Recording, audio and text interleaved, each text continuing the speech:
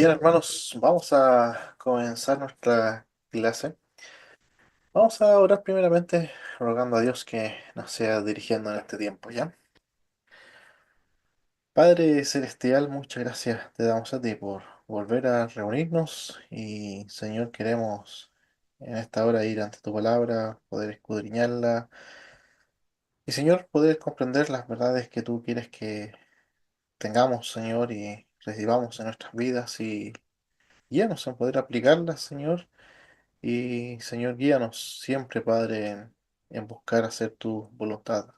A medida que vamos aprendiendo de tu palabra, Señor, no quedarnos solamente con el conocimiento, sino buscar ponerlo siempre por obra, Señor. Guíanos tú, Padre, en todo este tiempo que vamos a reunirnos, en el nombre de Jesús. Amén. Hermanos, ¿cómo les ha ido con las clases? Me gustaría escuchar un poco de retroalimentación. Eh, a veces uno hace los videos, pero no es poca la retroalimentación a través de este método para saber si se entienden los videos o no, si la materia se está entendiendo, hay algo que quizás tengan alguna duda. Me gustaría escucharlos si tienen alguna opinión. Ha sido un buen tiempo para ir aprendiendo algunas cosas. Me facilita mucho que tenga una, una- una parte ahí en el estudio que diga todo lo que viene. O sea, viene el video, haga esto, haga esto otro, súper explicativo, donde pones la primera parte, doctor, ahí en la clase. Así que eso me facilita para organizarme y ver las cosas que vienen después. Así que se agradece el trabajo, los videos tan claros, también tener la PPT ayuda para ir revisando. Así que muchas gracias. Ok, bien, gracias hermano Moisés. El, bueno, yo el material que estoy subiendo es prácticamente este libro, el de Pablo Off. Eh, Trato a veces de ver si le agrego algo, algo modifico algo, pero aunque casi nunca lo estoy haciendo. Así que estoy pensando, no sé si seguir subiendo ese material, eh, porque igual está el libro, no sé si todos tendrán el libro. De todas maneras, igual en internet se encuentra en PDF, si alguien lo quiere leer de esa manera también. Eh, pero prácticamente es un buen libro donde va detallando más allá de lo que nosotros podemos verlo en la clase, porque hasta la materia que tenemos que pasar, entonces por eso se lo he estado subiendo. Pero si está en sus posibilidades comprar el libro, cómprenlo, hermano, ¿ya? Pero en la medida que sea posible, yo voy a ir subiendo ese material. Estuve calificando las notas, las tareas uno y 2. No sé si revisaron la plataforma, si les llegó alguna notificación.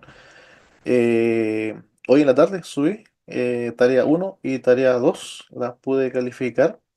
La tarea uno habían diferentes opiniones entre los diferentes alumnos. La verdad que la tarea uno las calificaciones, las notas estaban bien bajas. Yo me fijé siempre que usaran apoyo bíblico, pero que lo usaran de buena manera. No solamente poner la cita y listo, sino explicar por qué usted de esa cita saca esa conclusión. Esa es la idea del apoyo bíblico. Así que puse la nota y junto con la calificación le adjunté su tarea con algunas notas que apuntes que yo colocaba por corrigiendo las tareas.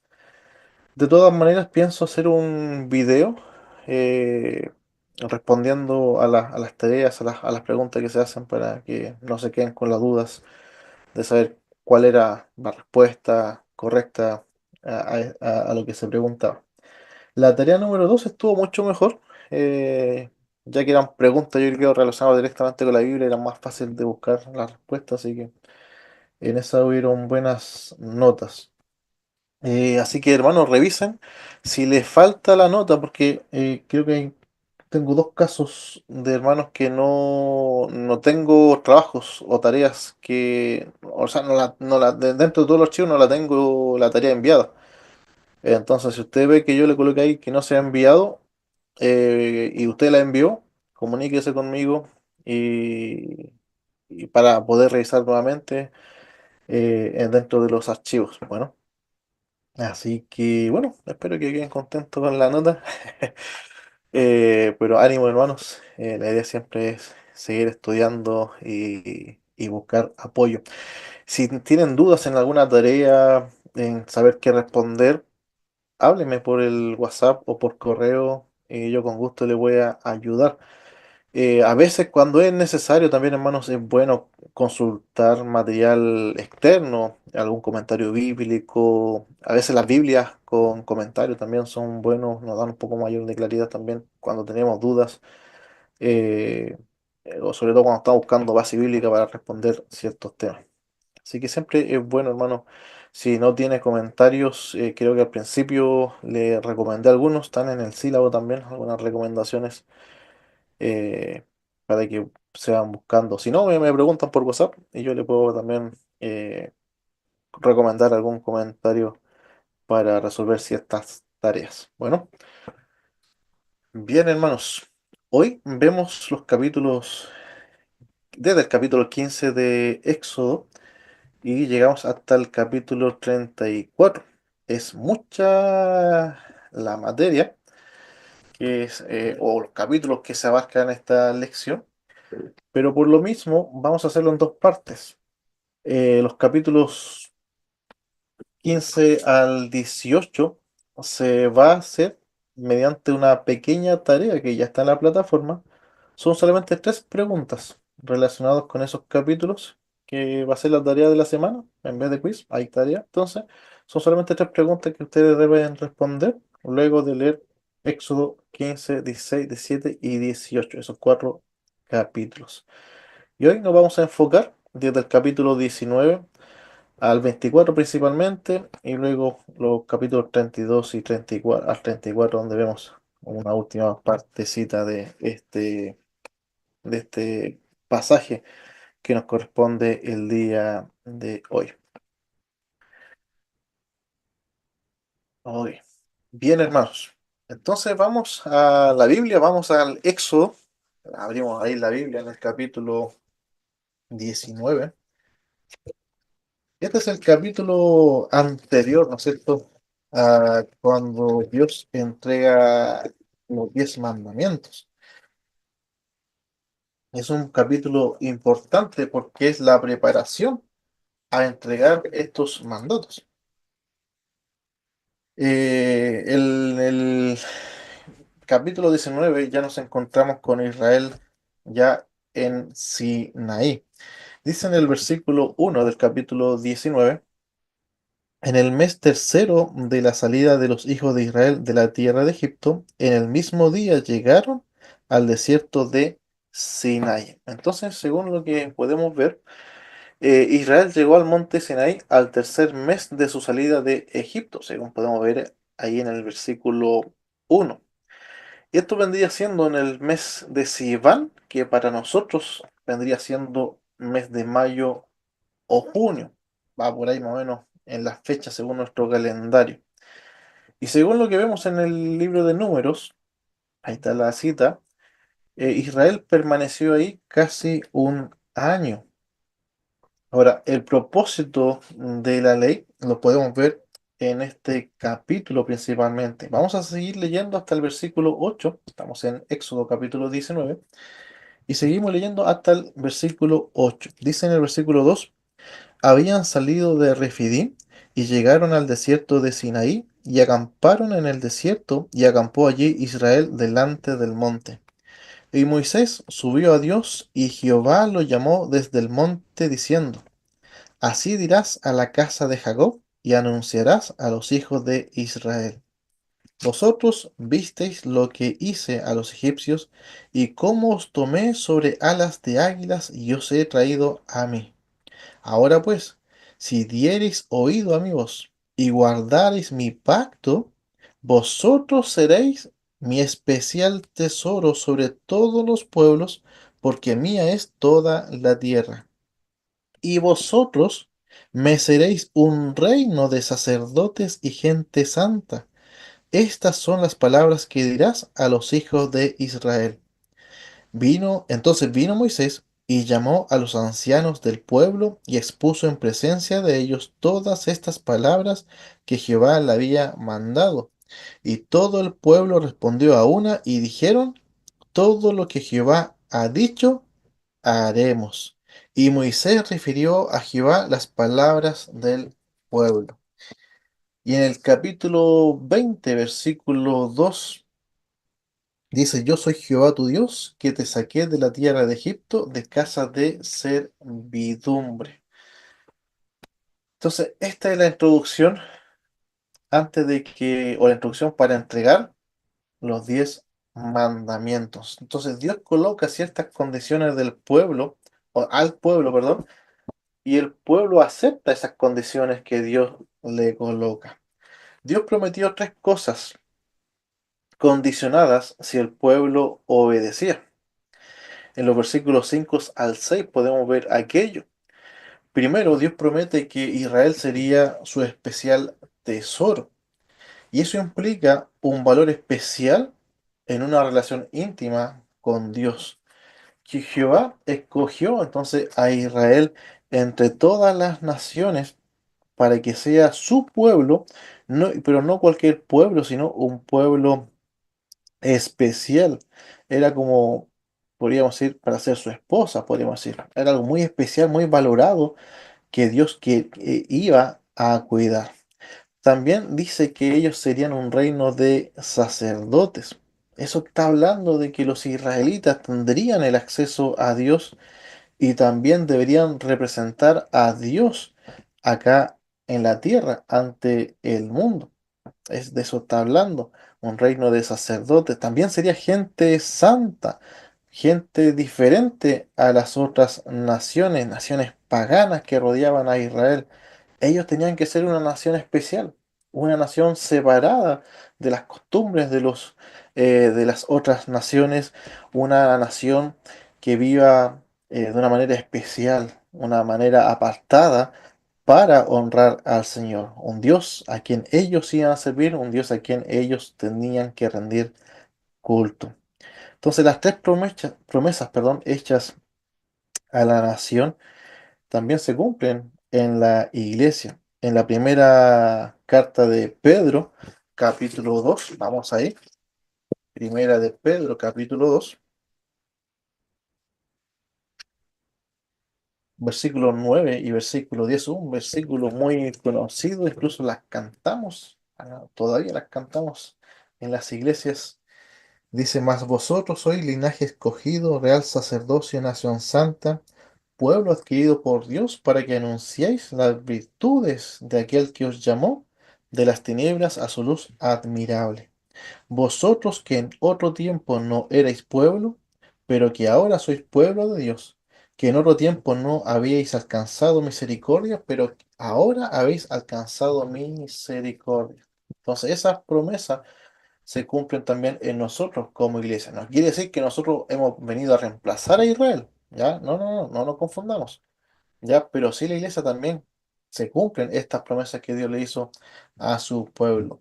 Somos, ¿no es cierto? Como dice ahí, un real sacerdocio, nación santa, pueblo adquirido por Dios. Somos también especiales para el Señor y como sacerdotes también somos llamados a hablar al mundo de Jehová, ¿no es cierto? Y servirle a Él y vivir vidas apartadas. Entonces, Dios le habla al pueblo y ellos eh, prometen cumplir con todo lo que la ley dijera, pero ellos no consideraron lo débil que es la naturaleza humana, la naturaleza caída, porque la naturaleza humana tiende siempre hacia el pecado. Y eso es algo que ellos no consideraron. Pero sin embargo, en el versículo 8 todo el pueblo dice que respondió a una, o sea, hubo unanimidad en responder a aquello. Y dicen, todo lo que Jehová ha hecho, haremos. Pareciera que fue muy solemne esta respuesta, pero pareciera que lo tomaron livianamente, porque sin pensar quizás la magnitud de lo que aquello significaba. Bueno, Dios está preparando acá al pueblo para entregarle la ley. ¿Cuáles eran los propósitos de la ley? Primero, proporcionar una norma moral para, para la cual los redimidos puedan demostrar que son hijos de Dios y que viven en una relación perfecta o bajo la justicia de Dios. Entonces, es una proporcionar una norma moral para mi relación con Dios y mi relación con mi prójimo. Demostrar también la santidad de Dios, recalcar la santidad de Dios. Demostrar que Dios es santo y por tanto nosotros como pueblo necesitamos ser santos también, llevar vidas apartadas para Él. Y por último también enseñar a la humanidad su pecaminosidad y hacerle entender que solamente por la gracia de Dios podemos ser salvos. Es decir, es imposible que nosotros digamos yo soy salvo porque yo soy bueno, sino que la ley, ¿no es cierto?, es para mostrar mi pecado, para mostrar que por mi propia fuerza me es imposible llegar, ¿no es cierto?, a ser salvo. Gálatas, capítulo 3, vamos ahí. Gálatas, capítulo 3, versículo 24.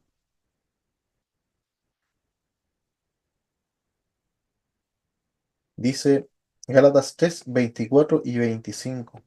De manera que la ley ha sido nuestro ayo para llevarnos a Cristo, a fin de que fuésemos justificados por la fe. Pero venida la fe, ya no estamos bajo ayo. A través de la ley, ¿no es cierto? Dios nos ha enseñado qué tan pecadores somos y que necesitamos de la gracia de Dios para poder ser perdonados, para poder ser salvos. Entonces, esos son los tres propósitos de la ley. Junto con la ley, fue instituido para que el pecado fuese quitado un sistema de sacrificios, un sistema de ceremonias. Y ese sistema que nosotros vemos en el Antiguo Testamento de sacrificio, todas esas ceremonias que hacía el pueblo de Israel, apuntan siempre a una salvación por la gracia de Dios. Más adelante, los profetas demostraron que sin fe y amor, todas esas formas, todas esas ceremonias que el pueblo podría hacer, todos esos sacrificios que hacían, si el corazón del pueblo no estaba en sintonía con Dios, no estaba entregado a Dios, de nada valdría. Y eso se va viendo a medida que vamos avanzando en el estudio del Antiguo Testamento, sobre todo cuando llegamos al tiempo de los profetas. Y ahí vemos cómo el pueblo se esforzaba por cumplir la ley, cada rito, cada ceremonia que ellos tenían, pero los profetas siempre apuntaban de que si el corazón del pueblo estaba lejos de Dios, todos esos sacrificios eran inválidos. Por lo tanto, la ley no era para lograr salvación, sino simplemente era para mostrar al hombre qué tan pecador somos y que necesitamos de un Salvador. Entonces, los 10 mandamientos, hermanos, a excepción del cuarto, ¿cuál sería el cuarto mandamiento? El día de reposo. Los 10 mandamientos, a excepción del cuarto, se repiten muchas veces, una y otra vez, en el Nuevo Testamento. En el capítulo 20 nos encontramos con los 10 mandamientos. Comúnmente le llamamos así, ¿no es cierto? 10 mandamientos, pero lo correcto sería llamarle decálogo, 10 palabras o 10 declaraciones, que serían principios fundamentales para nuestra fe, para nuestra manera de vivir. Entonces, es probable que las cláusulas del pacto se redujeran o se resumieran en estas 10 declaraciones. ¿Para qué? Para que el pueblo pudiera memorizarlas fácilmente, ¿no es cierto? Y con esos 10 principios, poder, ¿no es cierto?, tener la idea de qué es lo que Dios quiere para nosotros. Todas las demás, porque esto no es lo que encontramos acá en Éxodo 20, no quiere decir que son todos los mandamientos. Nosotros si leemos el resto del libro de Éxodo y del Pentateuco, vamos a ver también aclaraciones a estos mandamientos y aplicaciones, ¿no es cierto?, para la vida. Entonces, estos mandamientos, según podemos ver al estudiar este texto, fueron guardados dentro del arca del pacto durante siglos. Por eso al tabernáculo donde estaba el arca se le llamaba la tienda del testimonio, porque ahí estaba, ¿no es cierto?, este testimonio, la ley que Dios le había entregado al pueblo. Y de esa manera los israelitas que estaban mirando el arca y sabían lo que había dentro, podían entender, ¿no es cierto? O recordar, ¿no es cierto?, que hay un mandamiento, hay un decálogo, 10 declaraciones que Dios le ha dado como una norma para sus vidas. Entonces Dios, en el capítulo 20 comienza estableciendo primeramente que Él es su libertador. Capítulo 20 versículos 1 y 2 dice, y habló Dios todas estas palabras diciendo, yo soy Jehová, tu Dios, que te saqué de la tierra de Egipto, de casa de servidumbre. Entonces Dios comienza para entregar los 10 mandamientos, recordando al pueblo que Él es su libertador. Él fue el que escuchó su clamor cuando estaban en la esclavitud y los sacó con gran poder, porque los israelitas recordaban todo lo que había pasado en el Éxodo para sacarlos de ahí. Entonces le dice, yo soy Jehová tu Dios, el que te saqué de la tierra de Egipto, de la esclavitud. Entonces la ley tenía que ser algo importante para el pueblo. Dios se presenta entonces eh, como ese Dios que los sacó, ¿no es cierto? Y ese mismo Dios que los saca de Egipto es el que le está entregando la ley. De esa manera Dios en cierta medida está eh, afirmando la autoridad que él tiene sobre la nación de Israel. Y el hecho de que sea Dios también el que entregue su ley al pueblo resalta su gracia y deja en claro que es Él quien ha tomado la iniciativa para entrar en una relación con su pueblo, en una relación con Israel. Entonces Dios comienza ya en el capítulo 20 entregando los 10 mandamientos. Y los primeros 4 mandamientos están relacionados con Dios. El primer mandamiento dice, no tendrás dioses ajenos delante de mí. Recordemos siempre que el versículo 2 es el prólogo para todos los mandamientos. Cada uno de los mandamientos va adquiriendo sentido a la luz del versículo número 2. Yo soy Jehová tu Dios que te saqué de la tierra de Egipto, de la casa de servidumbre. Recordando a Israel que ellos le pertenecen a Dios y también ellos tenían que siempre confiar en Jehová. Entonces, el primer mandamiento, hermanos, es la base para los otros 9. Israel había estado en contacto allá en Egipto con idolatría, ¿no es cierto? Veía cómo los egipcios practicaban esa idolatría y a medida que avanzaba la historia, Israel igual iba a estar en contacto en cierta medida con otras naciones paganas que también iban a tener dioses ajenos, falsos dioses. Entonces la demanda de Dios es que Israel entre en comunión solamente con Él, con Jehová, el Dios verdadero, que solamente a Dios le rinda culto. Está diciendo a Israel, pon atención, más adelante te vas a encontrar con muchas tentaciones quizás de imitar a los otros pueblos, de seguir sus religiones, seguir sus costumbres, pero no te olvides que yo te saqué de la tierra de Egipto, yo soy tu Dios, tú me perteneces, y no te permito tener dioses ajenos delante de mí. Porque Israel había conocido a Jehová, había visto cómo Dios lo sacó con gran poder de Egipto, por tanto escoger a otros dioses era como renunciar a su libertad, renunciar a aquello de lo cual Dios lo libró. Entonces, el primer mandamiento es la base para el resto. No tendrás dioses ajenos delante de mí. El segundo mandamiento lo encontramos ahí en el versículo 4 hasta el versículo 6 y dice, no te harás imagen ni ninguna semejanza de lo que esté arriba en el cielo, ni abajo en la tierra, ni en las aguas debajo de la tierra. Y ahí continúa Dios dando ese mandamiento. Y este mandamiento resalta el hecho de que es imposible que el hombre pueda encasillar a Dios en una imagen, en un concepto o en una ideología. En esto, Israel se tenía que diferenciar del resto de las naciones, porque el resto de las naciones tenían a sus dioses encasillados en una imagen que ellos mismos habían formado en su mente, en sus pensamientos. Pero el Dios de Israel es un Dios único, un Dios que no podemos encasillarlo a nuestra manera de pensar, sino que Él es Dios, un Dios que está por sobre toda la creación. Deuteronomio capítulo 4 versículo 15. En ese versículo encontramos una buena razón para este mandamiento.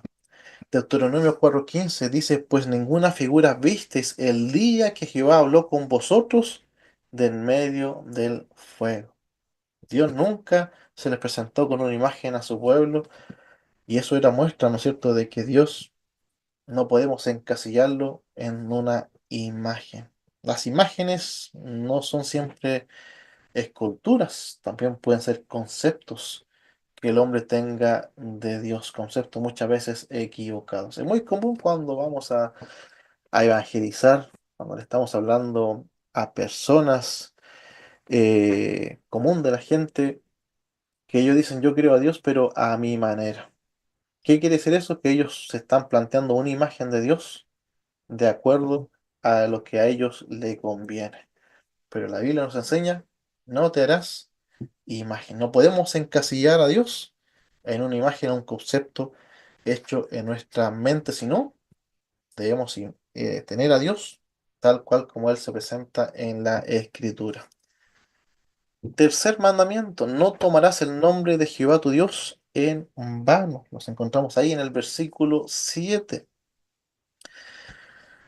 Los pueblos paganos tenían esa costumbre de invocar los nombres de sus dioses mediante métodos de magia, de hechicería, a fin de conseguir, ¿no es cierto?, el favor de sus dioses. El mandamiento entonces acá para Israel es hacer saber al pueblo que Dios no puede ser manipulado, porque el resto de las naciones querían eso, los pueblos paganos. Nombraban a sus dioses, ¿no es cierto? Le hacían ritos, trataban de hacer ciertos rezos para tratar de que esos dioses hicieran lo que ellos quisieran, manipularlos. Pero Dios dice, no, Dios no puede ser manipulado. Dios es un Dios soberano.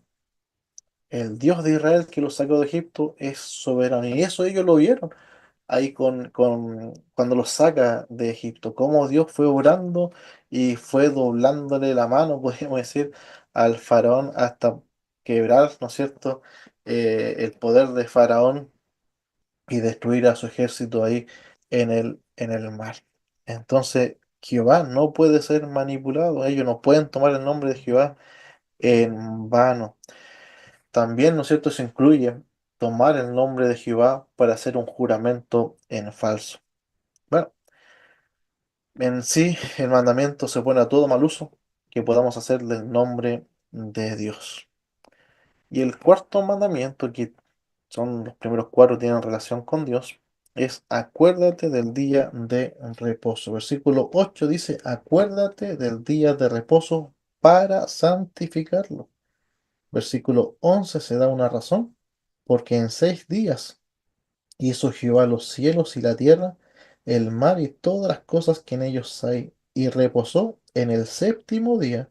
Por tanto, Jehová bendijo el día de reposo y lo santificó. Se da la razón Para ese mandamiento, para descansar el sábado, es porque Dios reposó o descansó el séptimo día. Y ese mandamiento, hermanos, tiene dos aspectos. Uno, habla de que el hombre debe descansar de su trabajo. Esto es justo, es un derecho, podríamos decir, de todo trabajador. Hasta los animales se incluyen en en ese mandamiento. Segundo, el día de descanso debe ser dedicado para la adoración a Dios. Tiene un propósito espiritual de fortalecer la vida espiritual de la persona. Ahora, el día de reposo era un símbolo especial del pacto de Dios con Israel, ahí en el monte Sinaí. Éxodo, si vamos al capítulo 31, en el versículo 13, Éxodo 31:13 dice: Tú hablarás a los hijos de Israel diciendo: En verdad vosotros guardaréis mis días de reposo, porque es señal entre mí y vosotros, o sea, entre Dios e Israel, por vuestras generaciones, para que sepáis que yo soy Jehová que os santifico. Esa es la razón. También, ¿cierto? Es una señal entre Dios e Israel. Luego de dar estas primeras instrucciones acerca de cómo el hombre tiene que relacionarse con Dios, ahora prosigue con el versículo 12, con el resto de los mandamientos que tienen relación con el prójimo. Versículo 12 dice: Honra a tu padre y a tu madre para que tus días se alarguen en la tierra que Jehová tu Dios te da. Honrar significa tratar con importancia. Por lo general, este mandamiento se ha usado para enseñar a los niños a obedecer a los padres. De chicos, y quizás nos enseñaron a nosotros y nosotros lo enseñamos a los niños. Pero sin embargo, hermanos, este mandamiento tiene mayor relación con las personas que somos adultas, a quienes se nos exhorta a honrar a nuestros padres. Y eso significa cuidar a nuestros padres cuando ellos están, ¿no?, en edad avanzada, cuando ellos ya han pasado la edad donde están fuertes y ya empieza, ¿no es cierto?, la vejez. Y eso nosotros tenemos que honrarle a ellos, cuidando, así como ellos nos cuidaban cuando nosotros éramos niños, nosotros en nuestra edad adulta tenemos que saber cuidar también de nuestros padres. En el tiempo de Jesús, los judíos pasaban por alto este mandamiento. Si vamos al Evangelio de Marcos, capítulo 7, si me acompañan ahí, Marcos, capítulo 7, versículo 9.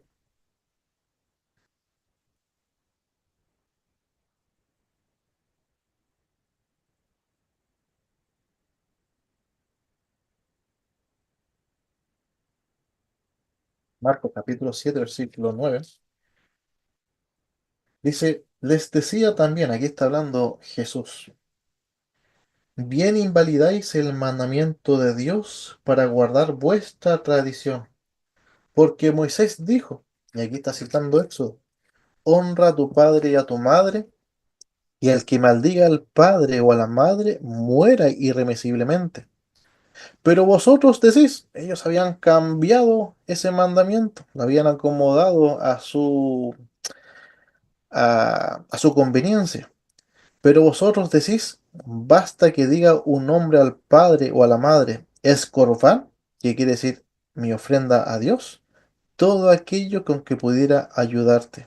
Y no le dejáis hacer más por su padre o por su madre, invalidando la palabra de Dios con vuestra tradición que habéis transmitido, y muchas cosas hacéis semejantes a estas. Ellos en Marco vemos que estos judíos estaban invalidando este mandamiento.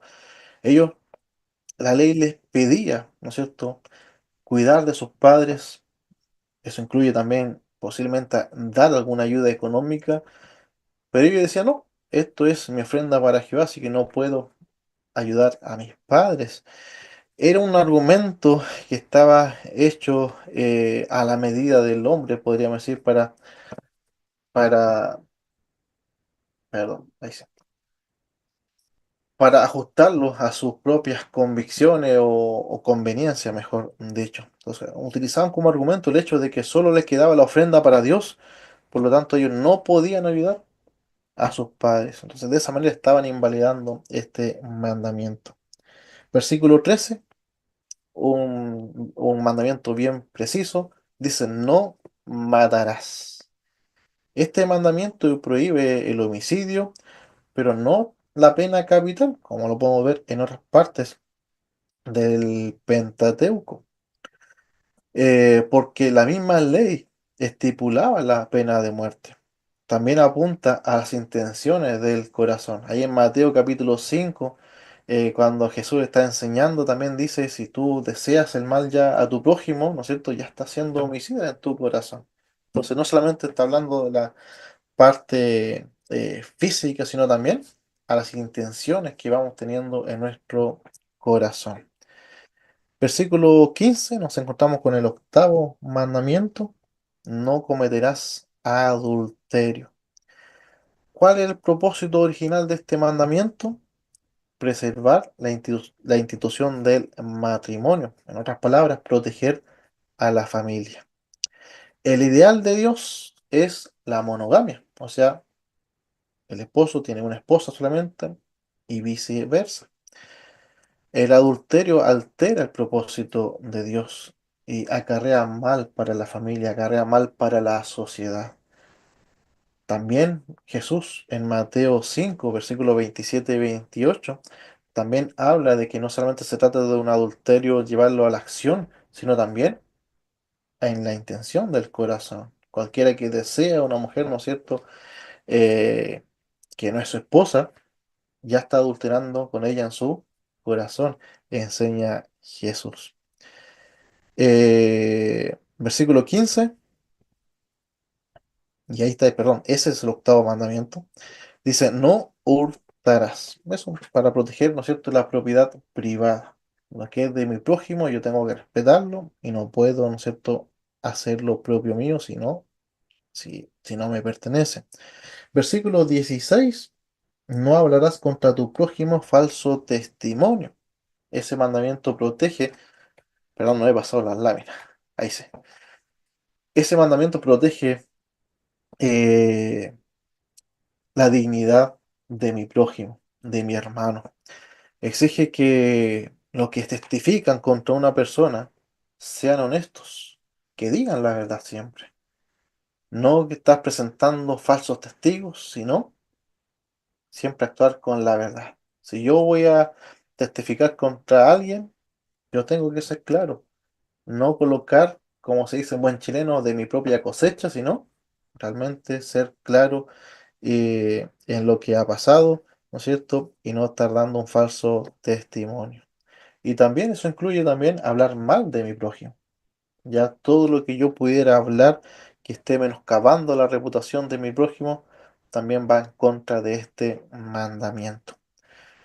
Y por último, mandamiento número 10 versículo 17 dice, no codiciarás la casa de tu prójimo, no codiciarás la mujer de tu prójimo, ni su siervo, ni su criada, ni su buey, ni su asno, ni cosa alguna de tu prójimo. No codiciarás. Ese, ese mandamiento también protege la propiedad privada. El pecado de la codicia, hermano, ocurre en la mente del hombre o en el corazón del hombre. Y esto, hermano, demuestra que Dios no solamente quería evitar acciones pecaminosas, sino también intenciones pecaminosas del ser humano. Entonces, tenemos que ser muy cuidadosos en cuidar nuestros pensamientos, en cuidar nuestro corazón. Sobre toda cosa guardada, guarda tu corazón, porque de él, ¿no es cierto?, mana la vida. El corazón, hermano, tenemos que cuidarlo porque ahí nacen los malos pensamientos o los buenos pensamientos. Va a depender de qué cosa yo estoy alimentando mi corazón. Y eso es lo que Dios está apuntando en esta parte del decálogo. cuidar, ¿no es cierto? No solamente el hacer, sino también el hecho de tener la intención de dañar a mi prójimo. Si seguimos avanzando en el libro de Éxodo, capítulo 21 al capítulo 23, se dan leyes civiles, leyes ceremoniales. Le voy a pedir que ustedes lean esos capítulos en sus casas. En el capítulo 24 vemos una ceremonia solemne donde se ratifica el pacto.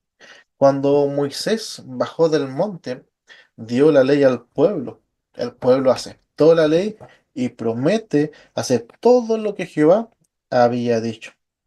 Luego Moisés escribió las condiciones del pacto en un libro y al día siguiente ese pacto fue ratificado con votos de obediencia y de sellado con sacrificios. El altar que se menciona ahí en el capítulo 24 representa a Jehová. Hay unas columnas también que representan las 12 tribus. La sangre que también se menciona ahí sellaba el pacto. Entonces, toda una ceremonia con los 70 ancianos participando también ahí.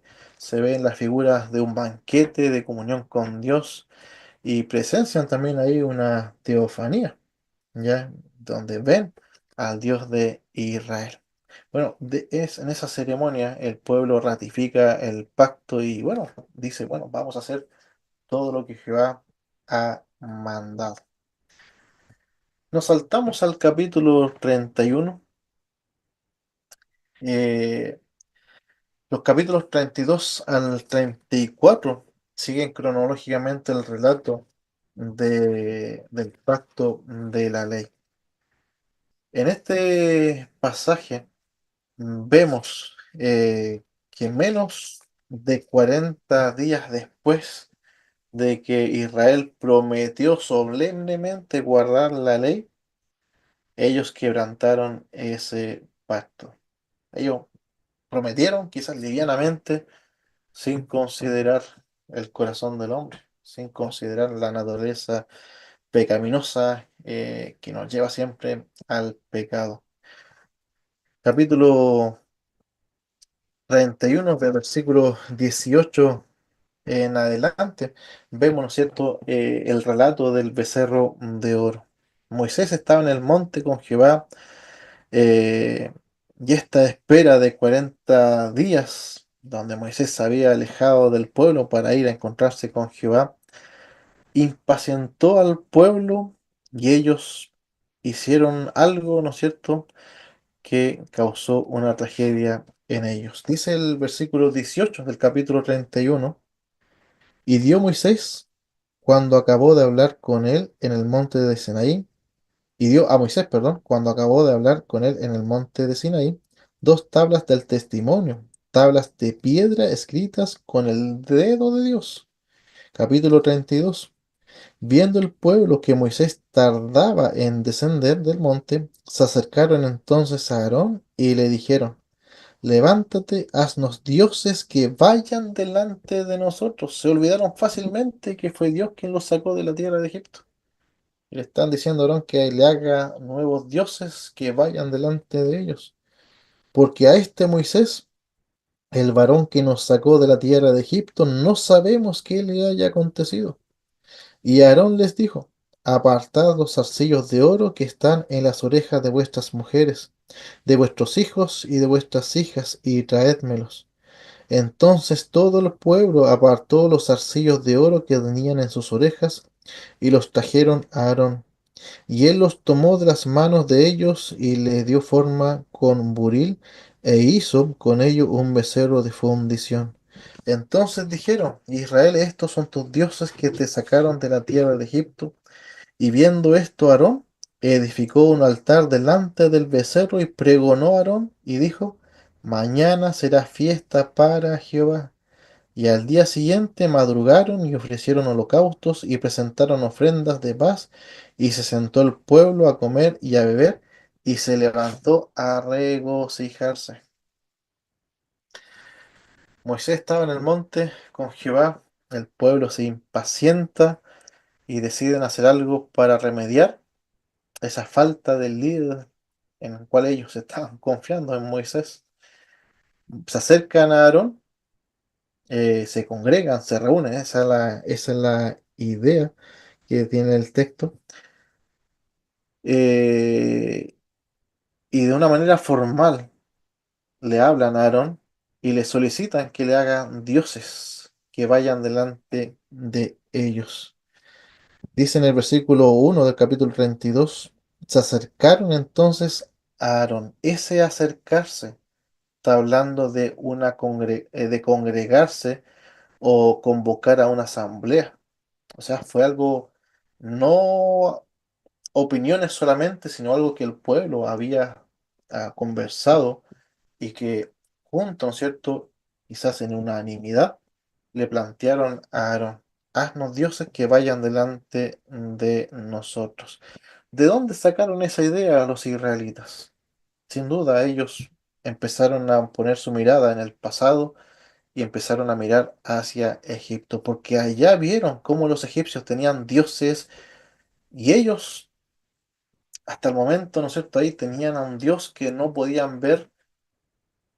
Su líder, Moisés, no estaba con ellos, llevaba 40 días afuera y bueno, en su corazón nace la idea de ellos también querer tener la imagen de un Dios invisible, tenerlo como imagen, transgrediendo, ¿no es cierto?, el segundo mandamiento. Aarón era el líder espiritual.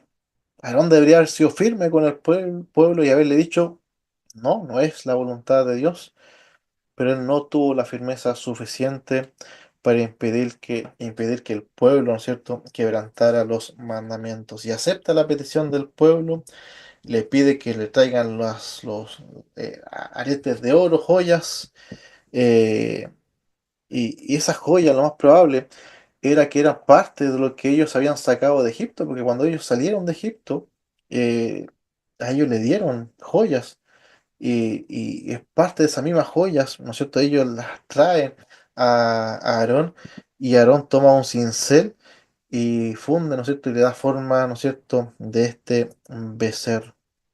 La imagen del becerro era familiar para los israelitas porque el dios egipcio llamado Apis era representado por un becerro, por un toro. Entonces, este becerro recibe adoración de parte de los israelitas en una ceremonia desenfrenada, posiblemente con inmoralidades al estilo pagano. Si nosotros comparamos con lo que dice en Números capítulo 25, podríamos sacar esa conclusión. No solamente ellos cantaron, sino que también, porque este forma de adoración era una forma de adoración pagana que ellos venían, que la trajeron de Egipto.